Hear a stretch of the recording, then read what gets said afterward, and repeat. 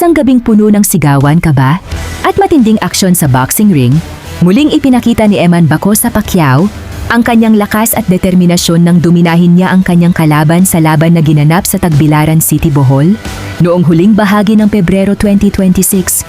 Pero bago ang lahat, pwede pa like at subscribe muna ng aming channel para updated ka pa sa mga susunod na video. Malaking tulong na ito para sa amin, maraming salamat. Hindi lang basta panalo ang kanyang nakuha. 6 na beses niyang pinabagsak ang kanyang kalaban bago tuluyang matapos ang laban sa pamamagitan ng KO. Ngunit bukod sa matinding suntukan sa loob ng ring, may isa pang kwento na mas lalong nagbigay kulay sa gabing iyon. Isang kwento ng inspirasyon, suporta, at kaunting kilig na hindi nakaligtas sa mata ng mga manonood at netizens. Habang nagpapatuloy ang laban, napansin ng marami ang kakaibang enerhiya ni Eman.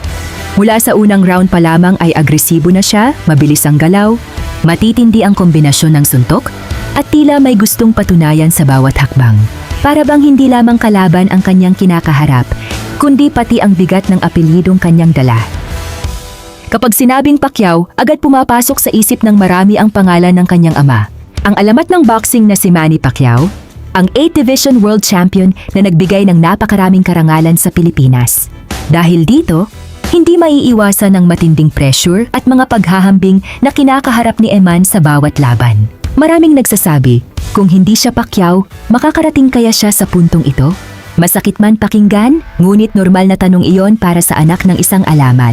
Ngunit sa halip na panghinaan ng loob, tila ginamit ni Eman ang mga pagdududang iyon bilang gasolina para pagbutihin pa ang kanyang sarili sa training, sa conditioning, at sa kanyang mindset. Sa loob ng ring, wala namang apelyido, suntok laban sa suntok, pawis laban sa pawis, tibay laban sa tibay. Ngunit sa gabing iyon, may isa pang bagay na tila nagbigay dagdag na lakas kay Eman. Sa ringside, makikita ang actress na si Jillian Ward na dumayo pa upang personal na panoorin ang laban. Nakaupo siya malapit sa pamilya ni Eman at makikitang todo suporta habang nagaganap ang laban. Doon nagsimula ang kilig ng mga manonood. Habang tumatagal ang laban, napapansin ng mga kamera at ng mga fans na paminsan-minsang napapatingin si Eman sa ringside sa direksyon kung saan nakaupo si Jillian. Hindi ito simpleng sulyap lamang. May kakaibang intensity sa kanyang mga mata na agad napansin ng netizens. Hindi nagtagal, nagsimulang umingay ang social media. May mga nagkomento na tila mas inspirado raw si Eman dahil sa presensya ni Jillian.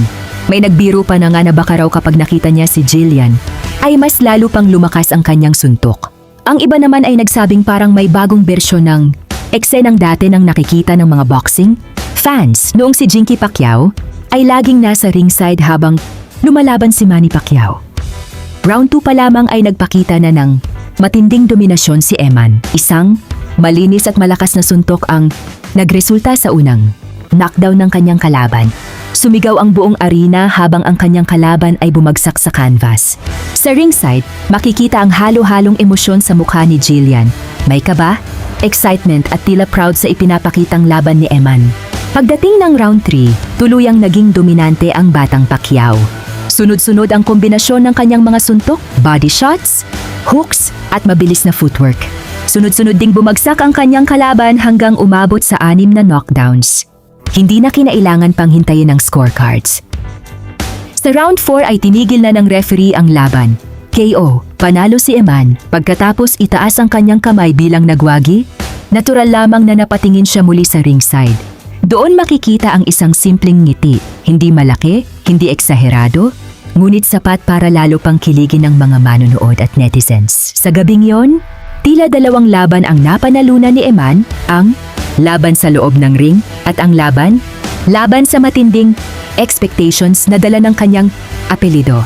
Habang patuloy siyang umaangat sa mundo ng boxing, maraming tanong ang patuloy na umiikot. Kaya ba niyang bumuo ng sarili niyang legacy? Makakalaya ba siya sa anino ng kanyang ama? Ang sagot ay hindi makikita sa isang laban lamang. Makikita ito sa patuloy na pagsusumikap, disiplina at dedikasyon sa sport. Ngunit isang bagay ang malinaw.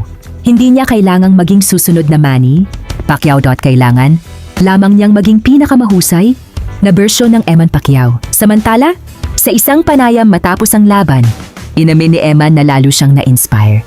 Nang malaman niyang may mga taong espesyal na susuporta sa kanya sa venue. Nagbigay rin siya ng mensahe para sa kanyang kuya na si Jimuel Pacquiao at ipinagdasal niya ang tagumpay nito sa paparating nitong laban dahil sa kanyang kabaitan at pagiging humble. Lalo pang dumadami ang kanyang tagahanga at taga-suporta. Kaya ngayon, isang tanong ang patuloy na pinag-uusapan ng netizens. May namamagitan na kaya kina Eman Pacquiao at Jillian Ward?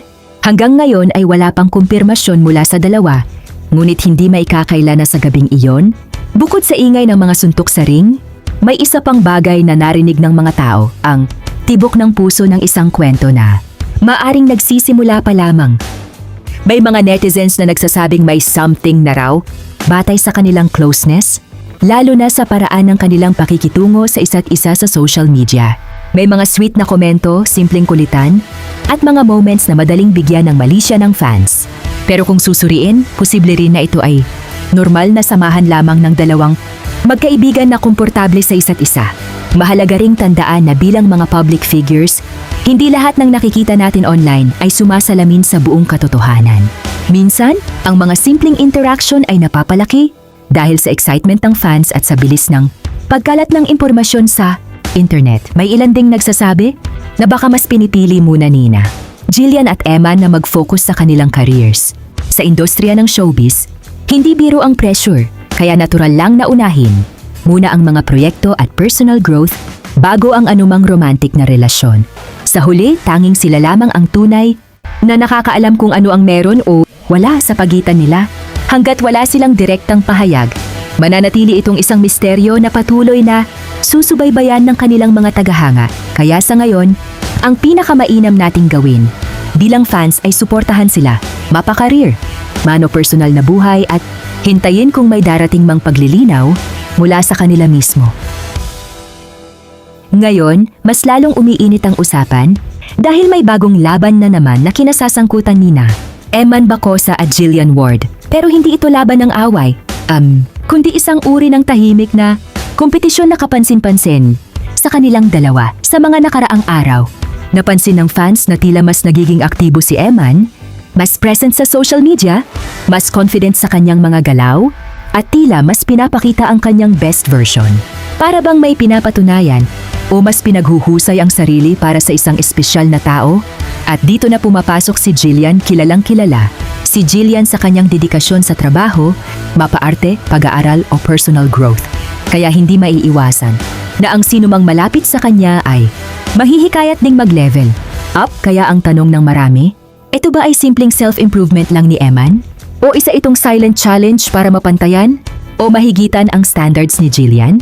May mga fans na nagsasabing nakakatuwang panoorin ang ganitong dynamics. Walang kompetisyon na negatibo, kundi isang inspirasyon para mas maging mabuting bersyon ng sarili. At kung totoo man ito, hindi ba't mas nakakakilig? Yung tipong hindi kailangang magsalita, pero sa actions pa lang may mensahe ng ipinapakita. Sa huli, ang labanan na ito ay hindi tungkol sa kung sino ang mas angat, kundi kung paano nila hinahamon ng isa't isa na mas umangat pa. At marahil, ito ang pinakamagandang laban sa lahat. Kung nagustuhan niyo ang video na ito, pwede pa like at subscribe para laging updated sa mga susunod pang video. Maraming salamat po sa panonood.